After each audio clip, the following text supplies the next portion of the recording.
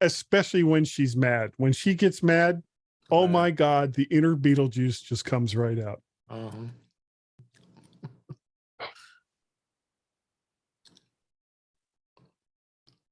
We are live. But it was okay. You know, I mean, I told you about getting the car there at, and assuming that there's going to be a Mac stock next year, and I'm pretty sure there will be. I am not going to, I mean, and I know I said this last year too, I'm not going to go with Thrifty just because they're the cheapest, because it's just not worth standing in that line for an hour waiting for a car. Sign up for the, like, I have Hertz Gold, I have the Avis preferred, and I just go walk right to this lot and get your car. But I know Alamo had like nobody at their counter. Yeah. So that would have worked too. As a matter of fact, while we're, go ahead. It's not worth booking cars through Expedia and Priceline anymore. Really, well, you don't really get a break. Nope. But it's still not bad just to use it for, what's the word I'm looking for? Price comparisons. Yep. Because then you can just go right to whoever's site seemed to be the best. Exactly. Let's take a look at a date, and that would have been the 11th to the 15th, which was about the same time period that I did before.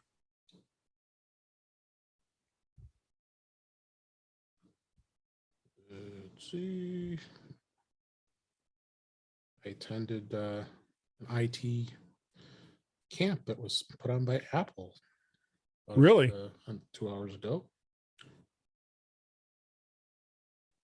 And how'd that work out? What's new in IT? IT Tech Camps 2022. I'm just talking about what to expect. Good stuff. I usually have really good luck with enterprise. It's all, yes, for enterprise and education. Because they have an office. You're wearing the shirt I'm representing here. Oh, yeah, and I actually have that new cap because I bought, because he had like 3 different caps this year. Yeah, I got the one, not the color with the embroidered heart in the middle. Oh, that one's, it spoke to me. Yeah. It said, take me, you fool. So I did. Oh, yeah, we're in another 5 minutes at least. How's everybody doing tonight? I hope they're all doing just dandy. Anybody watching? Were you over on YouTube? Yeah, I mean, one person's probably me or you. No, I haven't gone over there yet. Let me. It's me. It's me.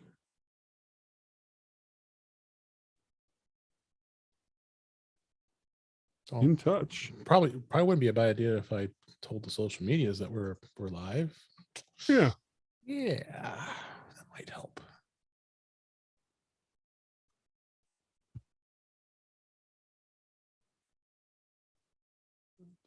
Live. We are live. Okay.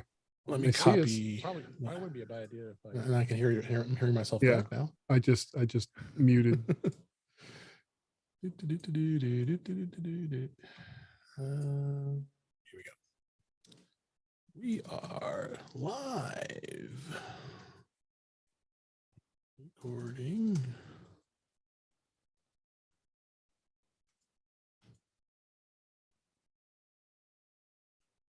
With Actually, I don't know why I'm doing it that way. That's stupid.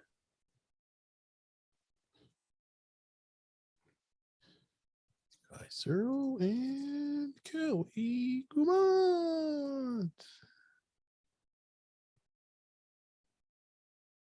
Oh, my camera's moving. I'm moving.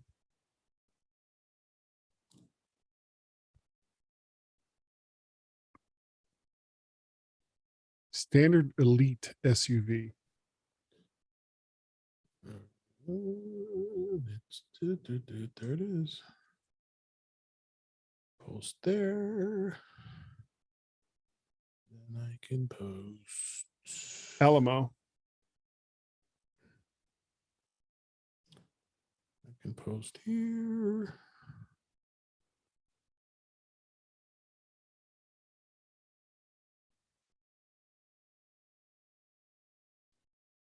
Nobody's name never comes up when you paste. It's so annoying. Yeah, I keep looking at train prices for going to places. So it's crazy. I just got a Expensive. and this is like completely apropos of nothing. I just got an email from JetBlue. Oh, they just took over a Spirit. Spirit, yeah, but they're telling me I got all these miles because that's pretty much who I've always flown in the past, and I can. And it was something I was considering because my son Peter, every single year, he and one of his friends, at least one of his friends, they go down to Orlando, and they spend like 4 days at Universal Studios, and I considered going down to join them for like 1 day because they don't want dad hanging around for all 4 days. You know, I mean, these are 4 guys in like their early to mid 20s. You know, why do they want a 61-year-old guy going, hey, come on, let's go on, Mr. Toad's Wild Ride is right over there. Let's go on that one. Get off that my lawn. Oh, look, it's teacups. Let's do the teacups. That's always fun. So actually, no, I love roller coasters. I really do. The problem is that at my age, the roller coasters that they have now are kind of different from the ones they had before. They're a lot rougher. Even the ones that I used to enjoy when I was younger just beat the crap out of me now. I used to love going to Busch Gardens, and they had one. Oh, it was a wooden coaster. I can't think of the name of it. There was also one. It's the wooden coasters that have like the quick ups and downs where you get like the negative G's. I come off of those and I feel every one of the 61 years that I've got under my belt right now. It's like, oh God, no, this used to be fun. It was fun, David.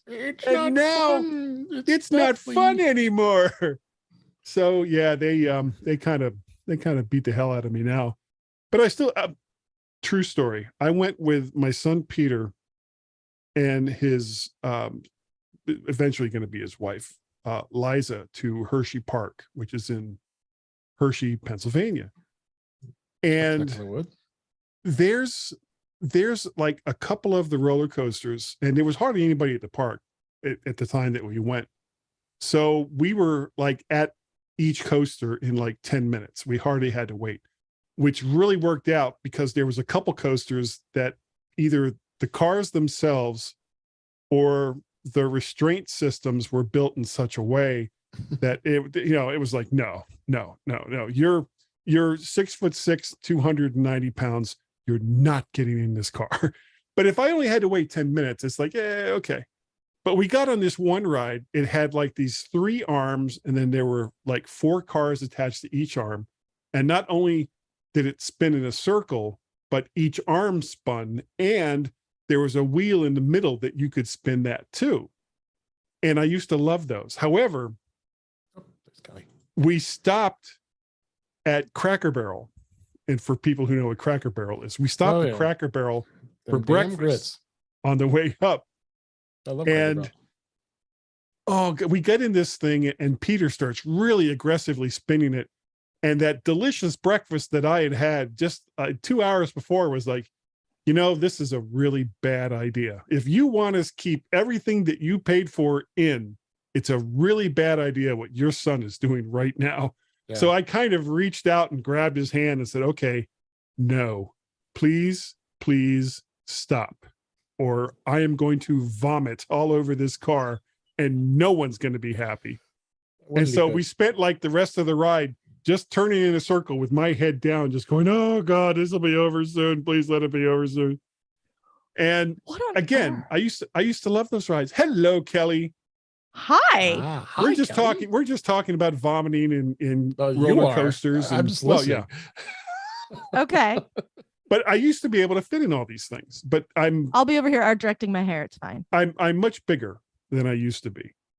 So like when we went to Universal Studios and they have like this Dudley Do Right log flume ride, and I didn't have any problem getting in it.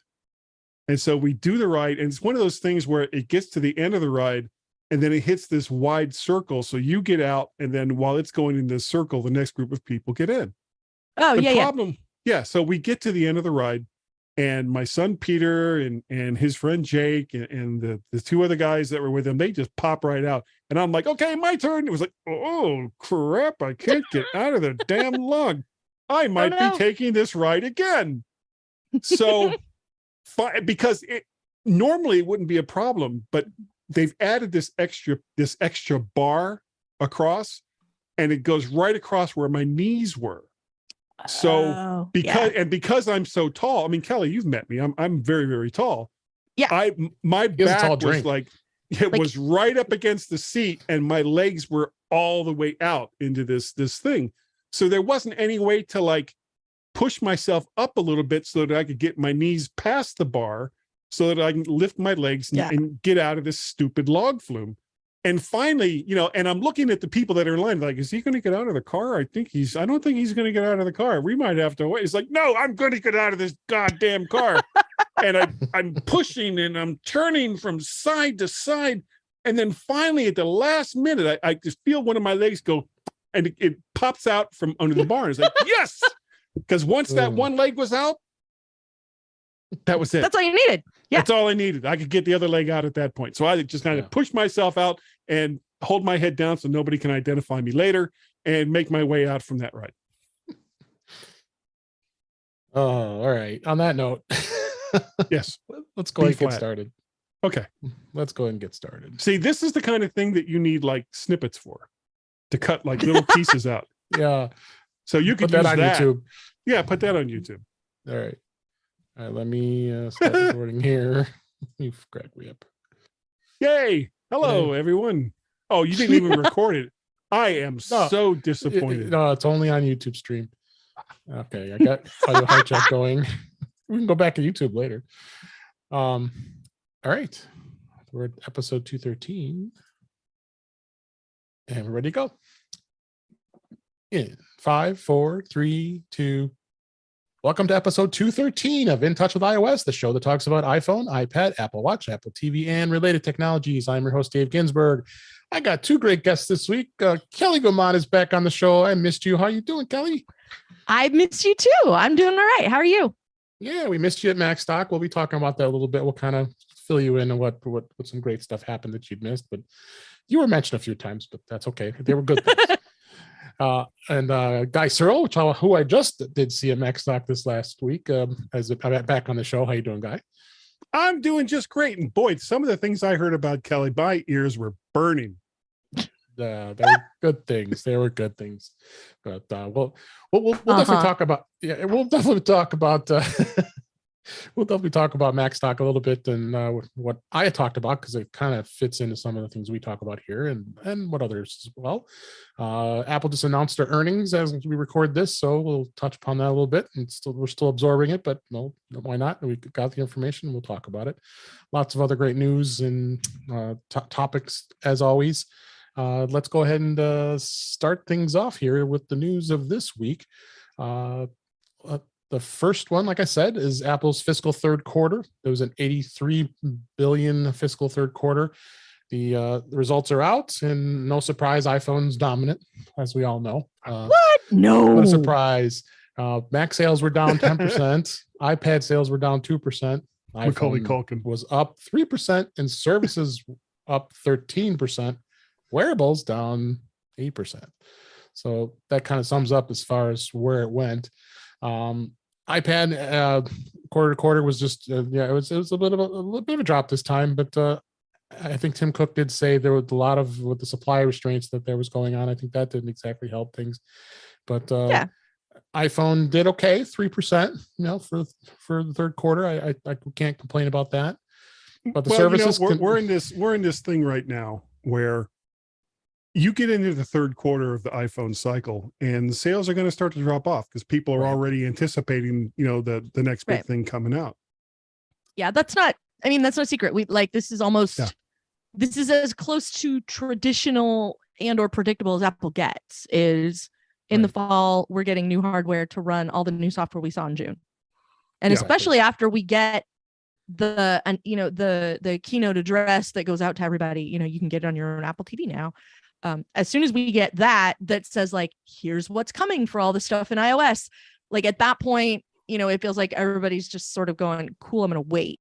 You know, the only people buying phones right now are people that like, I have a really old one and I dropped it and I can't replace it with, so I'm going to just get what's out right now because I need a phone. I dropped it in a log flume ride. It got caught on the bar when I was trying to get out. Yeah. And then, and then it went. And as soon as it popped out, like right in the water, I'm done. I was just happy to get out of the car. That's what it was. Yeah, that probably was a good thing. So leave the iPhone, take the cannoli. Yeah. But Apple's total profit for this quarter was a mere 19.4 billion. They're doomed. Yeah, they're doomed. Yes. And year over year change 2%. And as I said, services are just jumping up like crazy. And it continues to. We got a story about services here in just a bit here, but no, great to see. The link in the show notes, of course, is to the fine Jason Snell and 6 Colors. He does such a great job of giving us the pie charts, and it makes it so much easier to get an understanding of what Apple announces. So check that out. But no, I think it's decent considering what we're expecting here. So next story: Apple settles AirPods patent dispute with costs to avoid trial. Apple settled an AirPods related patent infringement lawsuit with audio manufacturer Koss, according to a court filing that was filed this past Saturday as we record. Koss has accused Apple of infringing on its wireless headphone technology patents with AirPods and Beats products. Koss said that the AirPods and Beats wireless headphones violated a handful of patents related to that technology, and Koss claims to have pioneered. When Koss filed the lawsuit in 2020, the company said that Apple was aware of its patents, and they met on several occasions to discuss them. So they opted not to license Koss's technology, and here we are. And they settled out. There's no details. Just went forward anyway. All right. But Koss is what I always thought is kind of a second, maybe third level product. I don't know if they still make products, honestly. No, they do. They do. Yeah, it's very low end. They have wireless headphones and they have wireless earbuds. But honestly, it's again, the only thing that makes this legitimate at all is the fact that Koss actually makes some of this stuff. But otherwise, it's really, it's basically you're throwing patents at a wall to see what sticks. And when Google or Apple or one of the big boys actually comes out with something that is vaguely similar to what you have a patent on, then they sue. And Apple and Google and some of the other large companies, they don't necessarily settle because they think that Koss is, or any of these companies are deserving based on their patents, but it's less hassle and less trouble to just pay them 51 million or however much. I don't think they even said in this. No, they didn't say it. There was however much it was. Yeah. And just say, okay, go away now. We made $19 billion in profits last quarter, so we don't really care. Go away. What do you think, Kelly? I mean, basically what Guy said, like the thing that I think, is the reason Apple decided to pay it is because Koss makes audio gear. Like they're not patent trolls. This didn't get filed in East Texas, nothing like that. So it seems like this is reasonably legit, especially considering that, it certainly doesn't look good for Apple that like Koss met with them and was like, and presumably that conversation was, we hold all these patents to the things that you are either doing or trying to do.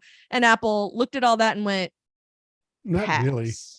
Yeah. Like, or just did the math and went, whatever we have to pay you to make you go away is going to be easier than, dealing. you know, it's going to be less than we would pay the lawyers to actually go duke it out in court, you know, and so like on that end, you know, because we don't know anything about the details, of course, then Right. it doesn't, you know, it's from here as a spectator, not a good look.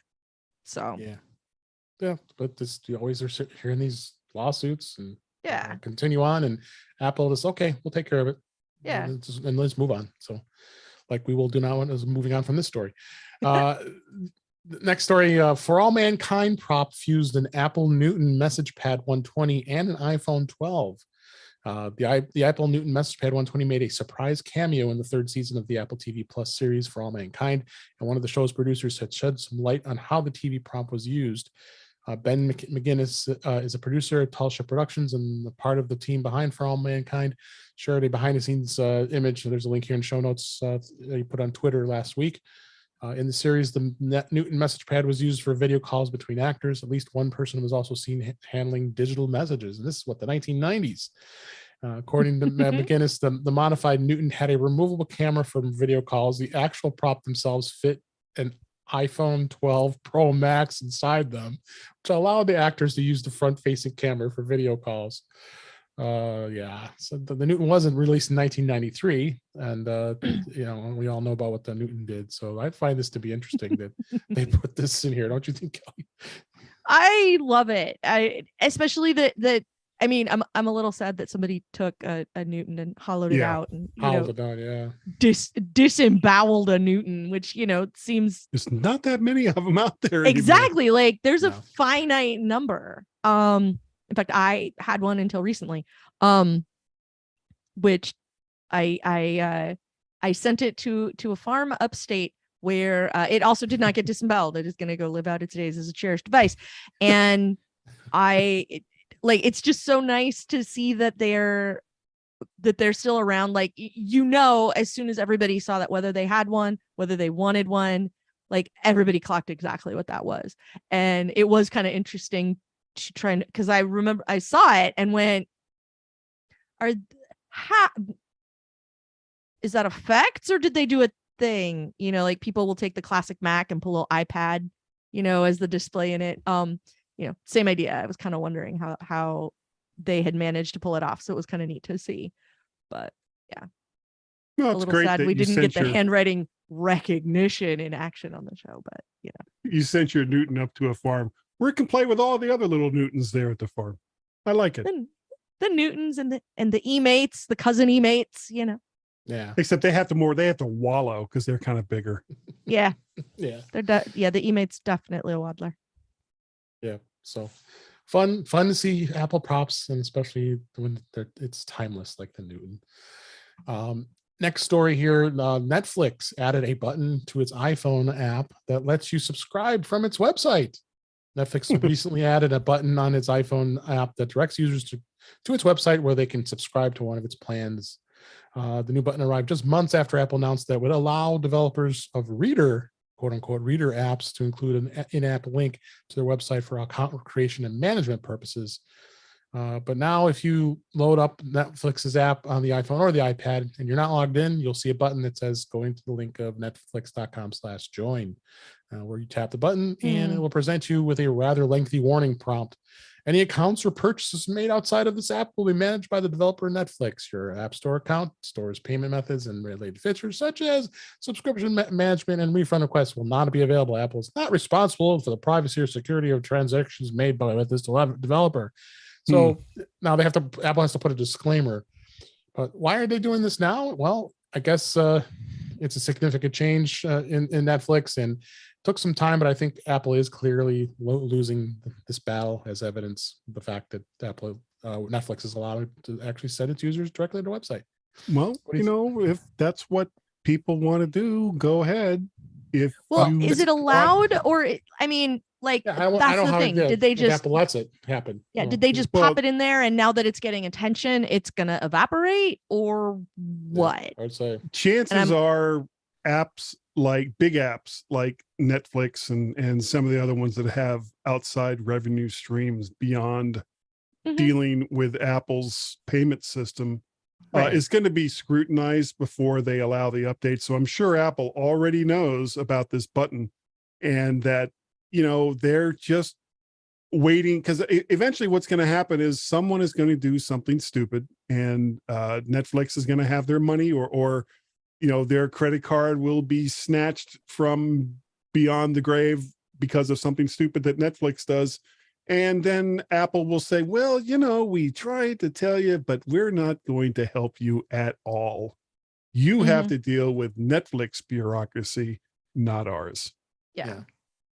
So welcome to the $2 that you saved that cost you however much your credit limit is. Yeah. So hey, good for Netflix. At least they were able to get around it. I'm just waiting to see what happens with this, because I'm wondering if this is going to be one of those favored nation sorts of things where, like, you're not allowed to buy anything in apps from the App Store except Amazon. Yeah. Because I can buy stuff on my phone through the Amazon app, all the live long, the Kindle app, no, the Audible app, no. I can't buy a Kindle app through the Kindle, or a Kindle book through the Kindle app on my phone, but I can buy physical things from Amazon all day long. And everything else is like, oh, you have to go to our website and get outside of the ecosystem to do the thing. So now that this is slightly more direct, I'm really curious how it's going to play out. This is the start of basically anyone who wants to have a revenue stream outside of Apple's ecosystem, so they don't have to pay Apple's 30%, is going to be able to do so. But I think Apple is basically going to be completely hands off with it. You can't use your absolutely. Apple Card. Yep. You can't use any part of the Apple ecosystem to pay for this, and you have no protections. You have no options going to Apple for any of this. You lose your money. Don't come crying. That's a bummer, Apple. dude. No, Yep. Sorry to hear it. Yeah. Don't cry to us. So, the next story, and I don't normally use an authority like Android Authority as a news source, but I found this to be a great little topic we could talk about here, and newsworthy enough. Android Auto is so bad it made me switch back to the iPhone. CarPlay is so much better that it isn't even the competition anymore.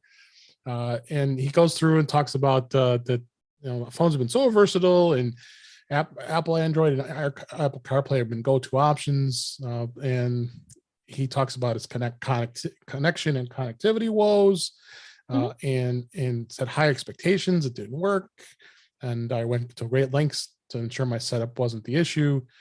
And what a surprise! He says the CarPlay does have the car interface better. Why am I not surprised about that? Well, it's a single manufacturer and operating system versus God knows how many Android phones that are out there, each with their own particular version. So, the fact that that Apple can afford to cross the T's and dot the I's, and these other guys are basically going, "Oh, me too, we do that too, just not as well." I mean, it doesn't really come as a big surprise. No, and even the Google apps are somehow better on CarPlay as well. What a surprise! I've tried them, and like YouTube Music and others, and I think the CarPlay has always been superior. Any thoughts on this, Kelly?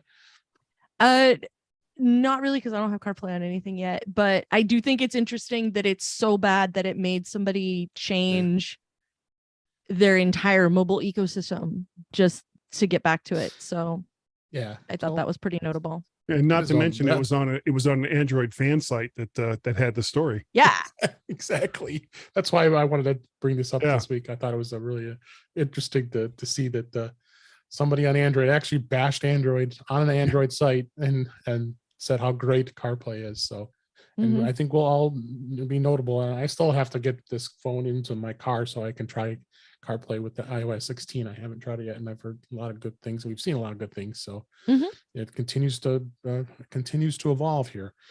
The last story was about services. Apple now has 860 million. That's million paid subscribers across all services. All services, including Apple Music, Apple TV Plus, Apple News Plus, iCloud, and more. And that was talked about during the earnings call today. and Apple's best analyst expects that the third quarter are posting about an 82.96 billion profit and revenue.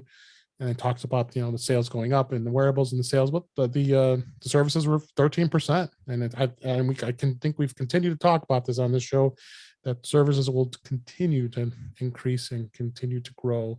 And Apple sees that this is going to be the next best thing to the iPhone as far as profit center for this is going to eventually, I mean, because the iPhone as a revenue stream, just like the Mac and just like the iPad and just like everything else that Apple sells in hardware, eventually starts to wind its way down, and it just becomes commodity hardware. And especially considering that you can safely use an iPhone for 4 to 5 years before you really have to worry about it becoming, truly obsolete. So if people aren't replacing their iPhone as often, which I think is just around the corner, because it's a testament to just how well Apple makes it. So they'll be looking for what's the next best thing, and it's looking like that's going to be services. Right. Yeah. Well, I mean, that's how they get you, right? Like, yeah, Apple crap. Well, yeah, I mean, this is the razor handle, right? And Apple Music, Fitness Plus, TV Plus, those are all the blades. Yep. Right. Yeah. Yeah, absolutely. So good to hear. And I'm a proud, happy Premier Bundle subscriber, and I've been very happy with it. Me too. We split it up with other family members, and they're enjoying the benefits as well. So I just need to get the Orville over onto Apple TV Plus. I just watched last night's episode. How crazy I am! And it's funny you bring that up. I was sitting up doing stuff. I love the Orville. 10:30 my time, and it comes on the air at 11 p.m. Like, I guess I got to stay up and wait and watch it right when it comes on. To go off releases late. On a slight tangent. Why not? Orville, why not?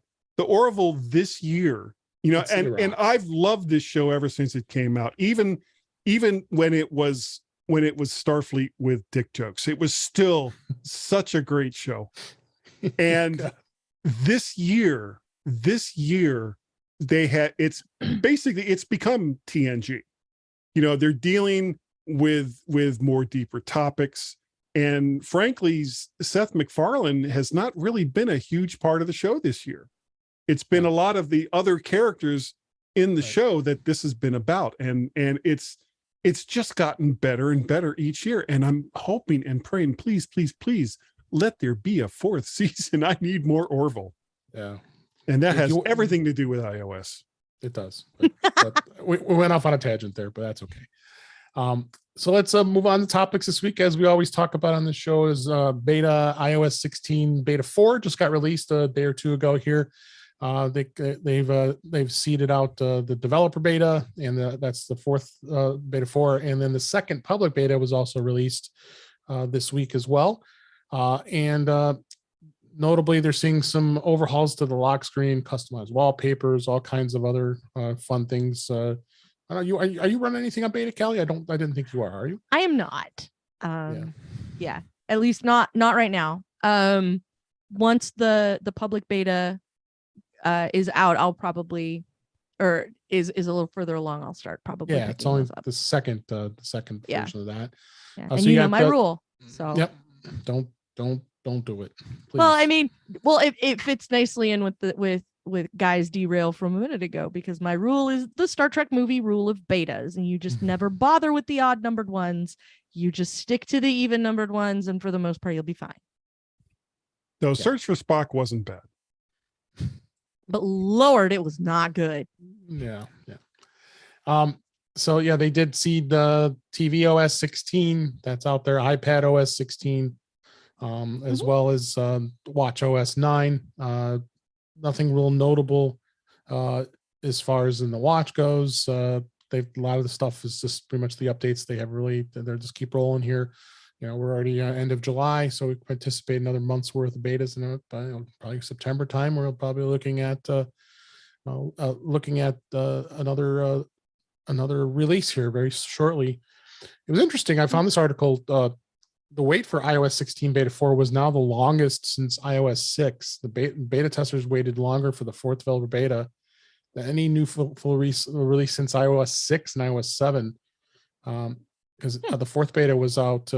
Let's see, it says when it hit, it did not release the fourth beta version until like yesterday. So in 2012, 2013, both iOS 6 and iOS 7 were in their third generations for 21 days. So yeah, so this was a little longer, about it was almost 3 or 4 weeks before we had seen between betas here. So always interesting to see that, because I just like when they were having 15.6 beta was still out at the same time as iOS 16. So it's always interesting to see what Apple does when it comes to these beta releases here. So some of the things that you are going to see in here as far as the new things that you see in beta 4 is iMessage, the edit, undo, sent changes they've got some enhancements in there. Live Activities has an API now for Activity Kit. New wallpapers in the Home app. I'm rocking the clownfish from the first iPhone. I absolutely love having that on my phone now. I got the copy of it. I'm not even going to switch it for a long time this time. So yeah, there's a lot more stuff, and trust me, once iOS 16 comes out, we'll get more detail as far as what you'll see when that gets released. What they've done as far as in iMessages now, it'll now display original text, and undo set will be now limited to 2 minutes. So you have 2 minutes to now edit, versus then it becomes permanent. So they did tweak that. So that's what happens in beta. You're going to see that they're tweaking things to see if that. Well, and that's the point of beta is feedback on things like that. So, yeah, exactly. CarPlay, they've expanded some wallpaper options in iOS 16. So they're doing. I was worried about that. Yeah, that was important to have some more awesome wallpaper on CarPlay. Yeah. So not so notable. They did it for the guy from Android Authority. Yeah, just exactly. Exactly. That's it. Back to CarPlay. I cannot stand the blackness of Android Auto. And HomePod OS 16 is in public beta, and if Jeff was here, he'd probably be cringing. I will not install this on any of my HomePods because they still don't work right. So don't do it, especially HomePods. Beta's been rocking. You just go to the screen of your HomePod and change it back. What's the problem? Yeah, that's true. Yeah, that's true. So, that's beta. Let's move on and let's talk a little bit about MacStock, how things happened this past weekend.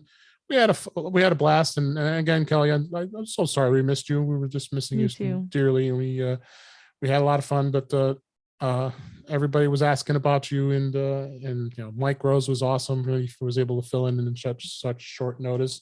Yeah. Since, as everybody knows, unfortunately, Chuck Joyner did get test positive for COVID, so we were very sad to miss him as well. So it was a little bit of zagging, but it actually turned out to be a pretty good event, wouldn't you think, Guy? Because you were mastering the controls of the video and making sure we got everything recorded for the digital pass. I made sure everything got recorded, and I was doing I was going between cuts and fades. Unfortunately, because of my recent hospital visit, I'm on this blood pressure medicine, and by the time we got to the late afternoon, I'm sitting there watching, and it's had nothing to do with the content of the people that were speaking, but I would be sitting there also, I would just shake my head. It's like, oh crap, 15 minutes just went by. What the hell? So there'd be a lot of work too. Yeah, and this was actually because for the last couple of Mac stocks, I always bring this ridiculous amount of gear that I set up in the lunchroom that I use 3 times the entire time that I'm there, but I'm babysitting it and tweaking it and everything else the entire time. I was watching you.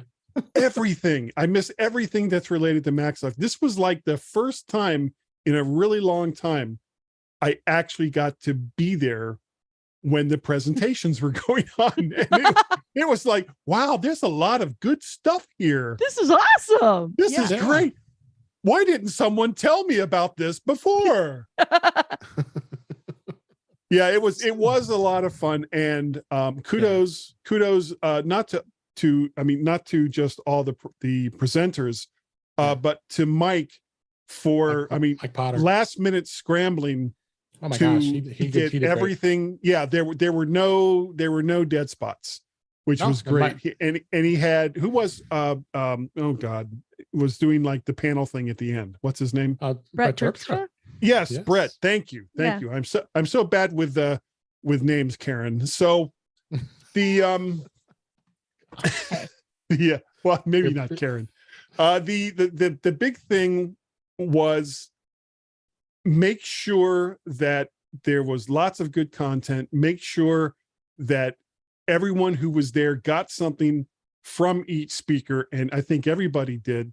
And the wrap up at the end of the day was wonderful, and it was great. And the deeper dives were good. It was great to see all the speakers come back up onto the stage again, and to take questions from the audience. It was really just it was such a good time.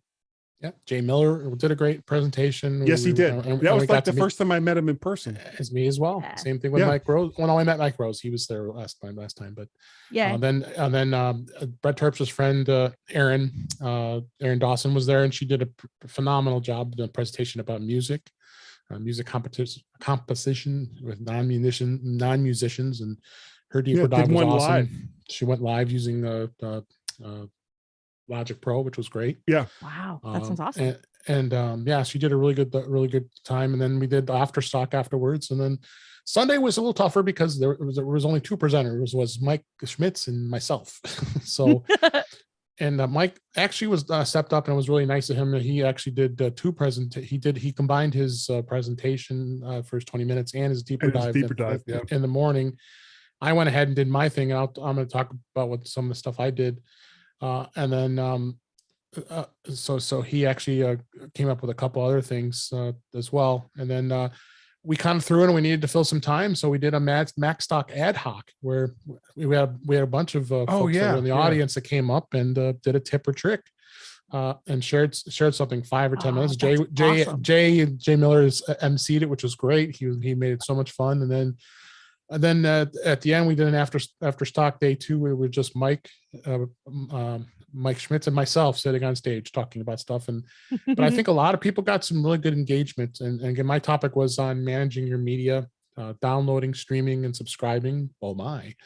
And there was that actually Mike made that. I wasn't calling it that, but it kind of was funny. So I stuck with it. But there's just so many things, and I'm gonna kind of split it up here. I want to talk about, I did it with music, I did it with streaming services or video streaming services, and I did it with podcast catchers, and everybody was. I had a lot of people come up to me and say that this was just a great topic, and it was really piqued and interested, and they like the fact, especially streaming services, because people get so confused. There's so many of them out there, and my deeper dive was I went through and had my iPad and just had all the apps on, and I'm probably gonna leave those there in my folder there, and all the apps for the streaming services, and went through a good chunk of them, showing about all the different ones. So it was really kind of a cool thing. So a lot of fun. But I wanted to bring it up here with the show here. It is the fact that podcast catchers, and I like to hear you guys, we've talked about this a number of times, that podcast catchers are just a way of being able to listen to podcasts, and you don't have to use Apple Podcasts. And that was the biggest thing that a lot of people were asking me is, and do you really have to use it? And oh my God, I can't stand it. And even Mike Potter was saying, I can't wait to hear about this, because I just can't stand using Apple Podcasts. But then we look at our podcast numbers, and everybody uses Apple Podcasts to listen to this show. So but that's like that, I think, with everybody. So what I did was a lot of people. Yeah. In fact, I had someone come up to me during lunchtime, and you were there, guy, and asked,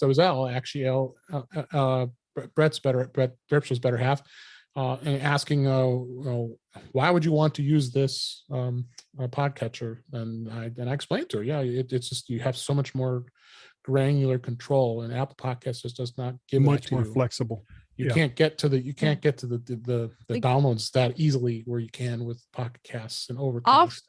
Off the top of my head, the only clear advantage that Apple Podcast has over others, and this is only off the top of my head because I don't know what the Mac equivalent of any of them is it will sync across devices. So if you have an iPhone and a Mac and an iPad where you listen to your podcasts, then if you use Apple Podcasts, it works the way the Kindle app does. You can start on one device, stop on one device, start on another, and it will pick up exactly where you left off, and all of the playing information and I almost called it playment information. Words are hard, dude. All of that stuff all works the same the same regardless of what device you're on. So you can start listening here, stop, and then start listening over here and stop, and it all just works. I don't know if there are Mac equivalents of any of the other apps that I know most people use. I do know some of them will sync across iOS. Like if you have the same thing on your iPad and your phone, that some of those will sync listening positions, but otherwise I don't know. So if you listen to podcasts on your Mac, which I guess is a thing somebody probably does, I don't judge you for it. I just don't know anyone who does. No, neither do I. Then if you do, then that might be an advantage to Apple Podcasts for you that other people may not have. Otherwise, I don't know, because the rest of them, like the whole point of it is sort of set it and forget it. Like, this is the one I want to listen to, so now it's going to just show me when new episodes are out. And when I go run or go garden or go do whatever the things are that I do when I'm listening to podcasts, then there are more podcasts waiting for me. So yeah, I'll touch upon that a little bit. My favorite is Pocket Cast. I keep always saying that at the end of the show and saying Pocket Cast is such a great app. I like the way it's laid out. I like the way I can sort through all of the podcasts, and I even mentioned it. I may subscribe to multiple shows. I could have 70 or 80 subscriptions. It doesn't mean I'm listening to every single one of them, but I like to have the podcasts in the podcatcher so I can actually go through. It's like, this is interesting. I want to see what there is to listen to on a particular show, and of course you guys are gonna get props. And Mike Rose thought that I had the after show with you and Mike prominently displayed on the screen, so he liked that. And I think Jay Miller also liked the fact I had Conduit in there as well. So of course. But that's what's nice about any podcatcher beyond Apple Podcasts, is because you have the flexibility. Pocket Cast does both video and audio, which is great. There is a plus subscription that you can subscribe to it. I think I pay for it's next to nothing just to support them. You get desktop apps when you pay for it, the cloud storage. There's a watch playback for the Plus app, and it's not terribly expensive. And I think maybe like a couple bucks a year, and it's well worth it. It does have standalone playback for the Apple Watch, so if you choose, you want to have your podcast playing, that's what Pocket Cast has added with the Plus. So that's one of the exclusives. Now, of course, Overcast is probably one of the more popular ones as well. Mark Gorman, of course, is the one that was the developer for this app, and it's been around for a long time. It's probably one of the very popular ones, and it does have a lot of good things as far as voice boost and smart speed and easy to organize. The only thing I'm not a fan of the fact is it doesn't play video podcasts. It only does audio. Now, granted, I understand that a lot of people probably on their iPhone are especially are probably only listening to an audio podcast, but and mostly in their car too. And that's the other thing too. All of these are CarPlay enabled, and everybody. I did get that question that. You have them available in CarPlay, so that's another awesome thing. So, right, but you can't watch the video. Well, of course not. Through CarPlay. I'm waiting for it to get on my watch. They already got the YouTube app on the watch. So do they really? Yeah. There was one I talked about that a while ago. So Overcast is another is those, that's one of the other top ones. I put in the show notes that the Apple Podcast does Mac and iOS. Pocket Cast is there's an added one for Mac and iOS. Overcast is just iOS. Of course, I believe you can download the iOS version on your Mac, M1 that is. Then there's also Downcast, which is another one that's really totally popular. It was one of my de facto ones, but then Pocket Cast really sold me on what it is. But it does work across all platforms, including Mac. There's a dedicated Mac app, works on the Apple Watch, CarPlay, and all that. And same basic premise. It does a lot of good jobs of organizing your podcasts and making it super easy to do that. This one here which is the one that really caught my eye, and Mike Potter actually reminded me of it because I remember that it is a Mac app. It's called the Mimir, Mimir. It's a very powerful podcasts redefined listening experience. Got personalization, simple, elegant playlists, got automatic silence skip, which is great, continuous playback. So the Mac app is pretty slick and has a lot of great features in here. Now playing sidebar, continuous playback, automatic silence and skip, tons of things, daily curated lists. But it was only for Mac, and you can get it in the App Store, in the Mac App Store, and I believe it was around $10. Let me see, or they have in-app purchase. It is free with in-app purchase for the Mac app, but they are beta testing right now the iOS app. So I went on their site. I said, "Oh, look at this! That I can join their beta list." And I thought, I'd probably be waiting for a while. I got an email like right away. So you install, you download in test flight through that's how you beta test apps. Those of you who don't know that. And I've been testing. So I think this could be a worthy competitor to the ones I just mentioned. As far as that goes, check it out. So, but those are probably the top 5. I mean, there's so many others. I mean, my gosh, and of different sites that curate podcasts, and they have their own apps. But then you get all the big players that are getting involved with podcasting, which includes ones like Spotify, where you can listen to podcasts. This podcast is available on Spotify and many others. Audacity, which is another one that was the CBS Networks, is a lot of where that came from. That company became Odyssey. They actually have a cool thing in Audacity that it provides you music channels, so you can actually listen to music, 80s, 90s, and all. It's got curated music channels, and which is really cool.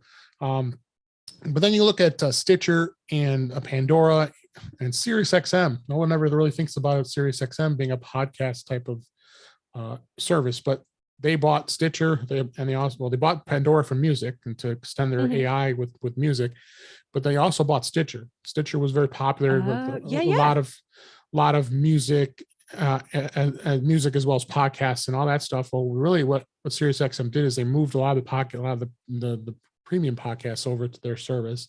And Stitcher really is just a podcast player. And I went and looked at it recently. I hadn't looked at it until I started researching for this, and kind of disappointed what happened to it, but not surprising because SiriusXM, and I talked about with how with music is so important when it comes to with SiriusXM. People don't realize, all the adding that as a music service, but it's a podcast platform as well as heavy music is for SiriusXM. But I'll talk about music on another episode. But I want to just kind of go through some of the podcast stuff.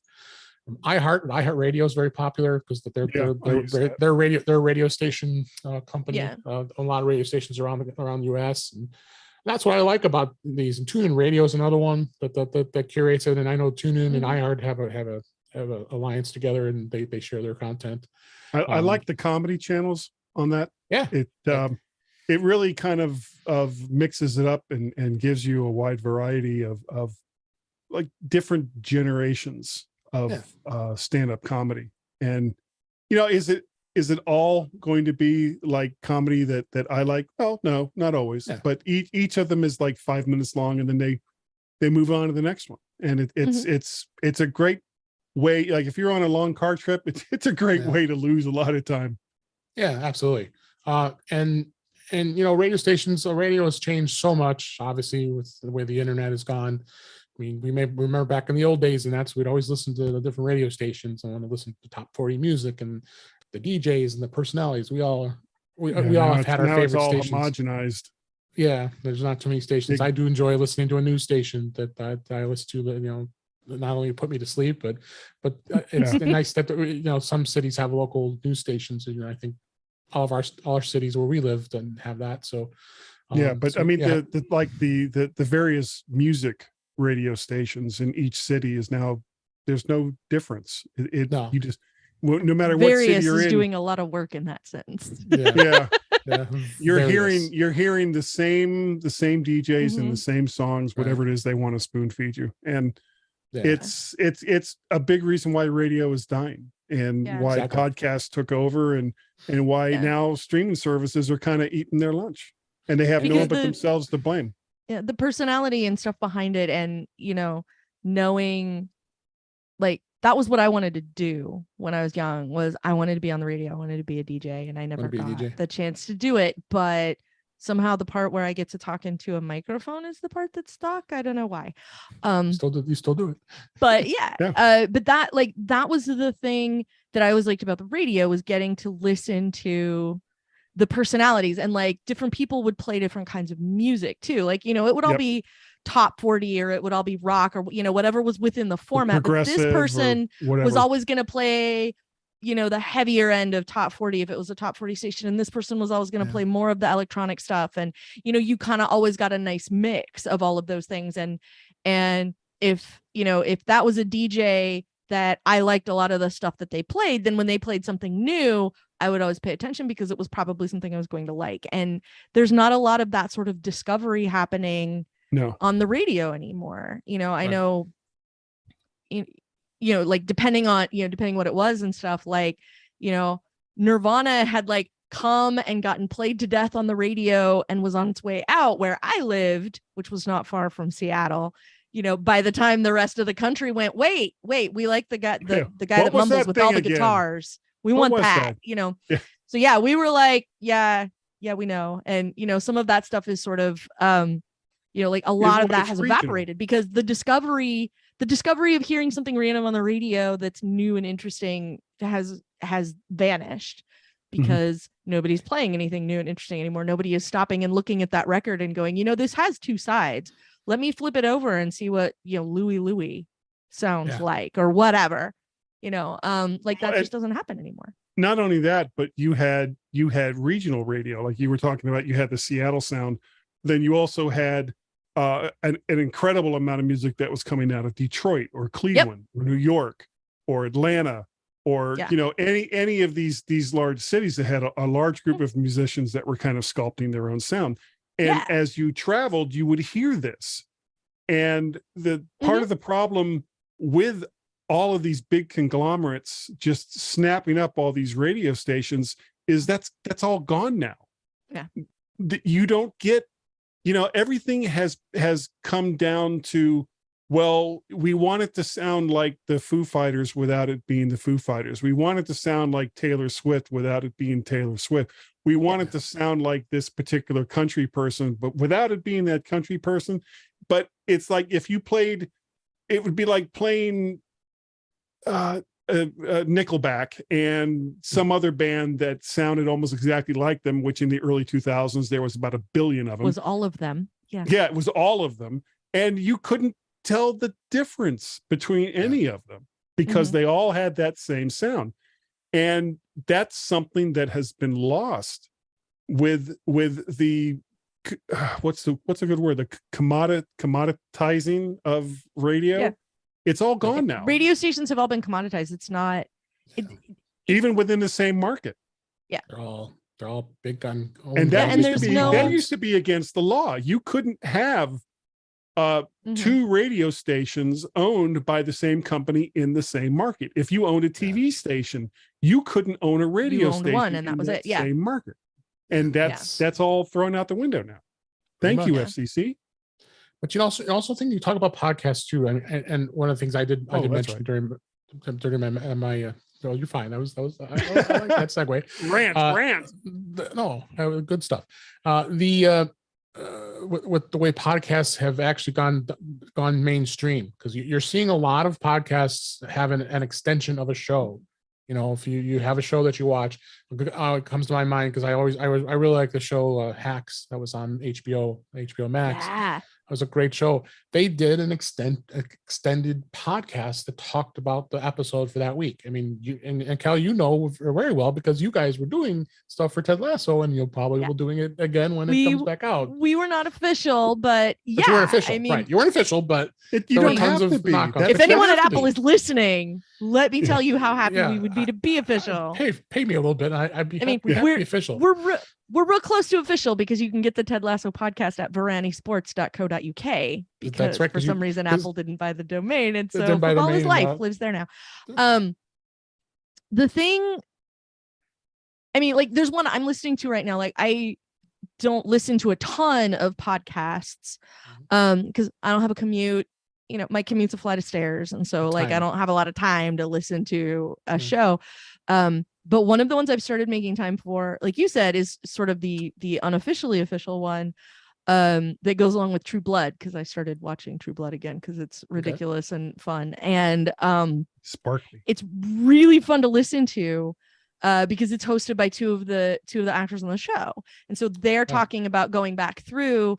And, you know, because they even said, like, we didn't watch it when it was on the air initially, you know, because we were really busy, like, you know, actually making the show. And it was going to be really weird to watch something that we filmed like a year ago while we're trying to do the scene that we're trying to do, you know, the work we're trying to do now. So they're watching it sort of, you know, they worked on it and stuff, but they're talking about watching it sort of for the first time. And it's a lot of fun to hear those sorts of things. And lots of shows have a companion podcast or the you know, almost what's the one that comes on after Picard, the Ready Room that Will Wheaton hosts, like exactly. that might as well be a podcast, you know. All the stuff Chris Hardwick does after Walking Dead shows and things like that, like all of those sort of feel like companion podcasts for the most part. You know, they're just people that get better access to people to, you know, who actually worked on the show than you know, than most of us do when we just go nerd out about it, you know. That's true. I mean, if HBO wants to make Dawn and I official and turn Greetings from the Uncanny Valley into the official Westworld companion podcast, we would love nothing more than to talk to everyone involved with the show. Let me tell you right now. But you know, a thing that always sort of surprises me is how many people there are out there who are interested in that, you know, who want to listen to Dawn and I crack each other up as we talk about Westworld, or you know, the incomparable show about Ted Lasso, or the flashcasts we did for Game of Thrones and things like that. Like the number of people who want to watch the show and then continue to talk, you know, continue to listen to people talk about it. I just assume they talk back to us as we're having those conversations when I'm recording one, who want to continue to have it. Like I am always sort of surprised that there are people out there who kind of want to listen to me nerd out about what, you know, Wild West sex robots or whatever it is that we're talking about. So I mean, I love doing it because I was going to have that conversation with Dawn anyway, you know, and the fact that we record it and other people want to listen in is just sort of gravy. So that part is always sort of interesting, but the fact that more and more official, you know, HBO is releasing a podcast for a show, and you know, Showtime has an official one for whatever, you know, and the fact that those things are happening is the part that I think is really surprising. Like the first time we saw a podcast joke, people were they did a sketch on SNL about, like, I think it was the Serial podcast or something like that. I mean, it's been years now since they did that, but like the first time they did that was like, oh, like this is a big enough deal that like they're making this joke that not only are they making a joke about a podcast, but they're making a joke on a broadcast television program, and they're basically presuming everybody's going to get it, you know. Like that to me was really surprising. And then, you know, all the true crime stuff in like Only Murders in the Building, which just sort of crept into the TV show, which is delightful. And if you haven't watched it, I haven't watched it. I haven't started watching the second season yet. So I haven't either, because I've had so much other TV to watch because I have podcasts about it. That's our thing. And I got so much TV I'm watching too. So much Star Trek out there. But like that's a show that where they start recording a podcast because they're true crime fans and decide they're going to have a podcast of their own. And so like having something kind of that self-referential, you know, was really entertaining. And, like when they get to go meet the host of the podcast, all of them are listening to it, everything, like all of those things are just delightful. And, I loved all of it. So the fact that you can get more of them and that more of them are turning out to be official, shouldn't surprise me, but kind of does, I guess. Because it doesn't seem like, because it's all of us sitting in our houses, blabbing into the internet, and that doesn't seem like something that HBO and and Hulu and all these places like would want to spend their time on, and yet they are. So obviously there's something in it for them, and that's awesome. I actually prefer the unofficial shows. There's a lot of unofficial Star Trek vlogs that I'm really enjoying. One in particular, and I was just looking for it, but the name escapes me. But after every single episode of whatever Star Trek happens to be on, he does a ups and downs, and then he also does this. It's like the cetacean, whatever the genus is for whales, observations, and he'll find like all of the in jokes and all of the things that are referenced in other Star Trek shows that are in this Star Trek show.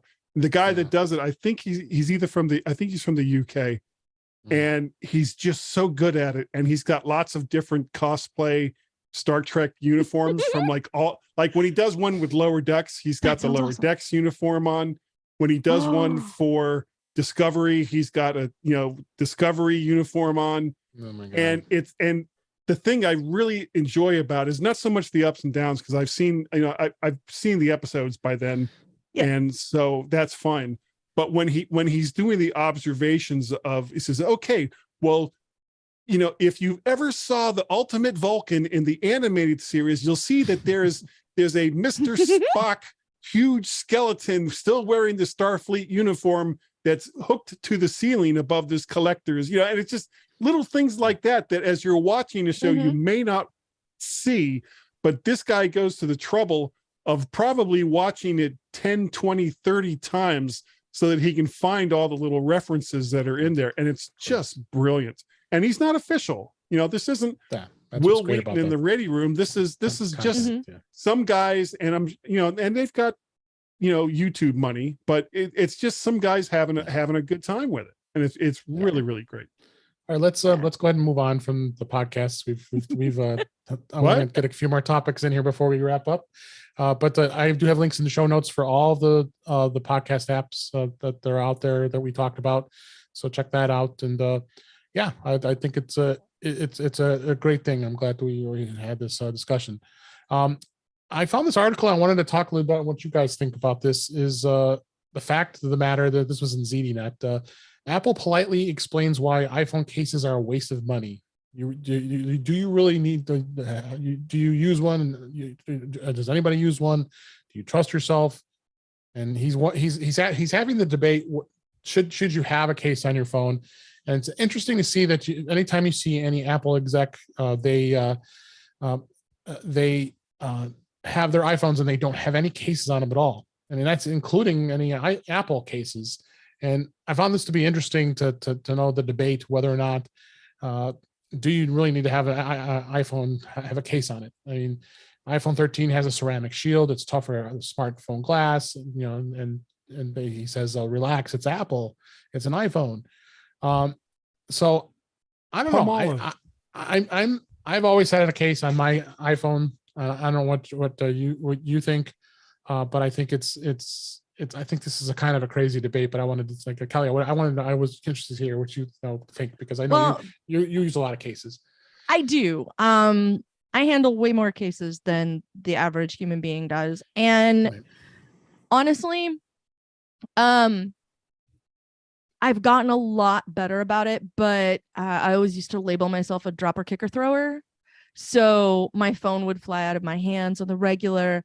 The problem is, okay, look, here's the deal. Have I ever seen an Apple exec wrap their phone in a case? No. Is it going to be any inconvenience to an Apple exec to fork out another $1,000 for a new phone if they drop theirs on the stone floor in my kitchen? No. So when I start making Apple executive money, my phone will probably be naked too. Until then, my phone has to last an undefined amount of time because I don't get one every year. I don't turn them in on the lease program or anything like that. And, you know, depending on the situation at my house, my phone either goes to a family member when I get a new one or becomes the drawer phone. And so, you know, it's a phone that I need to keep in case there's an emergency, you know. In fact, right now, the count in the drawer is 0 because the phone that used to live in there was my iPhone that my father-in-law is now using because his sort of swallowed its own tongue and he couldn't use it anymore. So I had to give him mine until he can get something new. And, you know, because he has that advantage, he's one of the people who's contributing to the statistic of poor iPhone sales that we talked about at the top of the show. Because he's waiting until there's a 14 that he can, you know, go get his hands on instead. Right. And so I use cases, I use clear cases, but most of the time I have a case with a purpose. Like this one, for example, this one, my awesome Smartish case with the cool grips on the sides that I love, high Smartish cases, inexpensive and MagSafe. So I have this so that the MagSafe stuff just works better on my phone. I have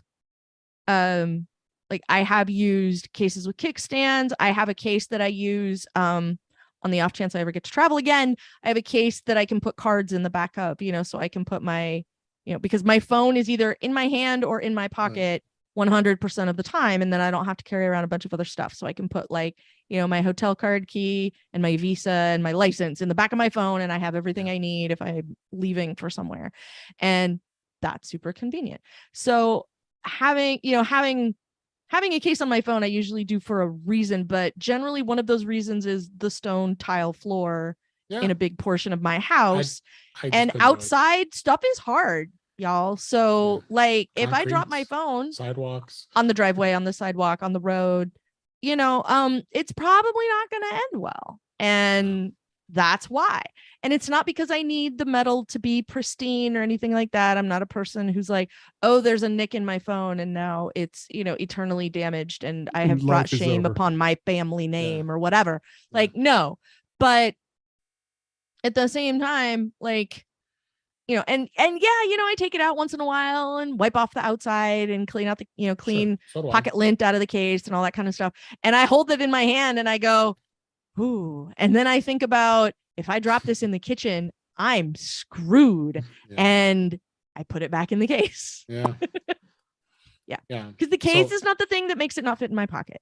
Like, let me just put that on the record because you knew we were going to get there. That's right. That's not why it doesn't fit in my pocket. Guy, would you have your iPhone without a case on it? I think we've got a consensus. No, here, I don't think I would. I mean, this is a case that I got from me. Yeah. I don't even remember who makes it. I don't know if you can see that logo. It's Spec.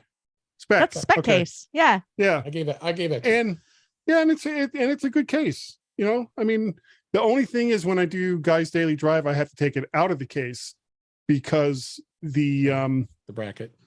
Yeah, it doesn't fit really well in the bracket that I have in my car while I record live video while driving because, you know, that's a smart idea. So, but I do keep mine in the case. Yeah, but the question is a professional what? Hold that thought. No one's really sure. So I think the consensus here is I think this guy is a little crazy. I thought it was an interesting article. Wanted to hear a short debate to see if anybody here would not have a case on. I couldn't go without a case. I've had a case on my iPhone since the first iPhone. Forever. Honestly. Yeah. Forever. I mean, I've had them without. I did the bumper for a while on the 4s. Yeah, the 4. You know, because it wasn't the front and the back. I was more worried about it was, you know, dropping it and hitting a corner and munching the screen, you know, which is still the problem that I'm worried about. And, you know, it's a, you know, stone tile. If my house was 100% carpet, then I would probably think twice because I spend way more time here than I do anywhere else. And so it would be a different conversation. But otherwise, like, no, it needs a case. And, you know, like I said, mine are specific. So for MagSafe or for, you know, like one of the nice things about the MagSafe case is I can attach a MagSafe battery to the back if I want to. I've had them, you know, with, like I said, with a kickstand, which was a super duper handy case that I really liked. There's a lot of reasons why you should get a case, why you could get a case that would extend functionality in some way, make it stand vertically for you, or, it's easy to attach a battery or to use a battery depending on the case, and, things like that make it just more useful. So. Yep. Yeah, absolutely. So Yeah. I'd like to hear listeners what their thoughts are. If you would go without a case, send me an email, feedback@intouchwithios.com, and tell us if would you go without a case? Would you let your iPhone be naked? Because I sure wouldn't be. I want to protect it and keep. You need keep it Andrew safe. for this topic, because Andrew's an iPhone nudist, and Yes, I know he is. yeah, He's he lives life on the edge with that, because But- he puts the beta on it the minute the beta is available. It doesn't That have a too. case. Like, he just, yeah. It's like Warren and Andrew. They're He's just together when tempting it comes fate. to tempting that kind of fate. Warren Yeah. Warren is a case fiend. He has lots of cases. I know that for a fact. So, Well, I'm somehow that does not surprise me. no, doesn't surprise me either. Along Well, with his I don't have a MacBook Air, ton. he got and had all the other 8 computers he's had in the last 5 months. But that's a whole nother story. I don't have a ton of cases, but the minute Sanrio makes a Hello Kitty case with a MagSafe ring on the back, I am doomed and powerless to resist it and totally getting one. So Absolutely. Yeah. So, all right. Well, looks like we've come to a close to another great show. So glad to have you both here this week. And let's go ahead and wrap up for this week. That's a wrap for this week. Please send your comments, questions, and suggestions to our email address, feedback@intouchwithios.com. Tell us all about the case. Would you like to have a case on your iPhone? You can follow us on Twitter @InTouchWithIOS. Support the show by buying me a coffee at intouchwithios.com/coffee. We would really appreciate it. And I'd like to give a shout out to Pat. I had my first Patreon subscriber. I really appreciate it. We had a Patreon Yay. subscriber come in this week. So thank you. And I know you were in the chat room last week. So thanks. Shout out to Pat. And the way you can become a Patreon is you can support the show by going to patreon.com/intouchwithios. We have 2 tiers available to support the show. Please go out there and support it. We'd really appreciate it. Make sure you like, share, and subscribe to when you're notified to when we do a live stream, which usually is on Thursday nights at 8 p.m. Eastern Time, 5 p.m. Pacific, on our YouTube channel, which is at youtube.com/intouchwithios, where you can watch and listen to the past shows as well as watch this live stream that you can watch back. I leave them all live here and recorded, I should say. Visit In Touch with iOS magazine on Flipboard, where many of the topics we talk about are discussed. We will flip into that magazine. The link is in our show notes. And you can subscribe in your favorite podcatcher, as we talked about today, including Pocket Casts. Okay, you can use Apple Podcasts, but I think a lot of you do anyway. But many others, as we mentioned. So, but better yet, go to our website at intouchwithios.com, where all the links to all the ways to listen to us are there. I am Dave Ginsburg, and you can find me on Twitter at DaveG65. Kelly Gumont, so glad you were able to make it. We missed you so at Max Talk, but I'm so glad you made it here this week. And where can people find you? Generally you can find me in front of my computer editing a podcast, because right now I want my MCU TV over at the Incomparable Network. I'm still trying to get the episodes edited and out the door. The Westworld podcast I mentioned earlier, Greetings from the Uncanny Valley, is also over at the Incomparable Network. And you can listen to Don Melton and I discuss Wild West sex robots and have crazy theories about what's going to happen to them next.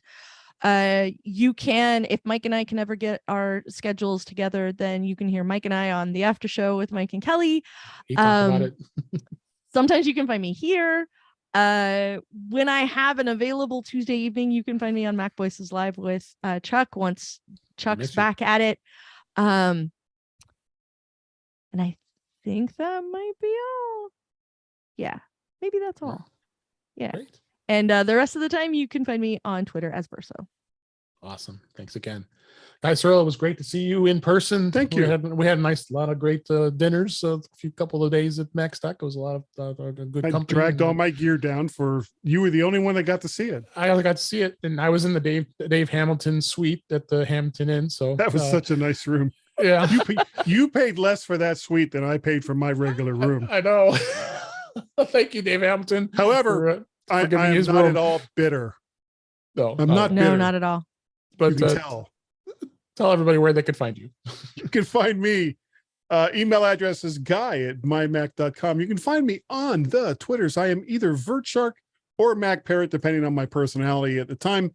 You can also find me over on the Tubes of You. I am VertShark over there, and you can see not live, but pre-recorded versions of Gaz and me on the My Mac podcast, as well as Guy's Daily Drive. And both of those shows are also available over there in the iTunes. You can find them all right there. And we have a Skype telephone number that absolutely nobody calls. It is 1 or +1 outside of the United States, 703-436-9501. Thank you. All right. Thanks so much for being here, Guy. And thank you for listening. We really enjoyed doing the show, and then we had a great time, and we really appreciate that you listened to the show. And we'll talk again soon. Thank you, guys. Oh, no. You do? There totally is a MagSafe Sanrio case. Oh, is there? Oh, Yes. you are doomed. See, Doomed, And it's Kelly. what did I do? $48. I'm fucked. Yeah, Just buy it. Oh my God, it's so cute. Here's the thing, Kelly. And I told my wife this exact same thing, a much grander scale, when she saw the 1972 orange VW Beetle at a like a classic car place in Lillington, North Carolina. I was looking at a 57 Chevy silver and black, beautiful car. And she walks up to me and she says, "What car would you get?" I said, "Well, this is kind of nice. What would you get?" And she didn't even look at the car. She just pointed. And I followed her finger and I saw it, the Scene from Space orange 1972 Volkswagen Beetle.